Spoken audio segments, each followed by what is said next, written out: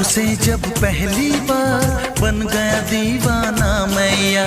करके अनजाना इकरार, ले गई दिल का चैन करार। देखा उसे जब पहली बार, बन गया दीवाना मैया। करके अनजाना इकरार, ले गई दिल का चैन करार। थोड़ी सी घबराई थी, थोड़ी सी शर्माई थी। कितना प्यारा मुखड़ा है, वो तो चांद का टुकड़ा है।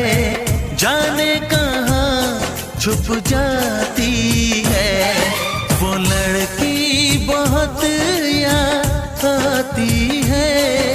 वो लड़की बहुत याद आती है, वो लड़की बहुत। বেজেটাই ভয় পাচ্ছি। বাড়িতেই থাকা যাবে না, বাড়িতেই থাকা যাবে না। কাকে ফোন করবো আমি জানি না, মাকে বলে।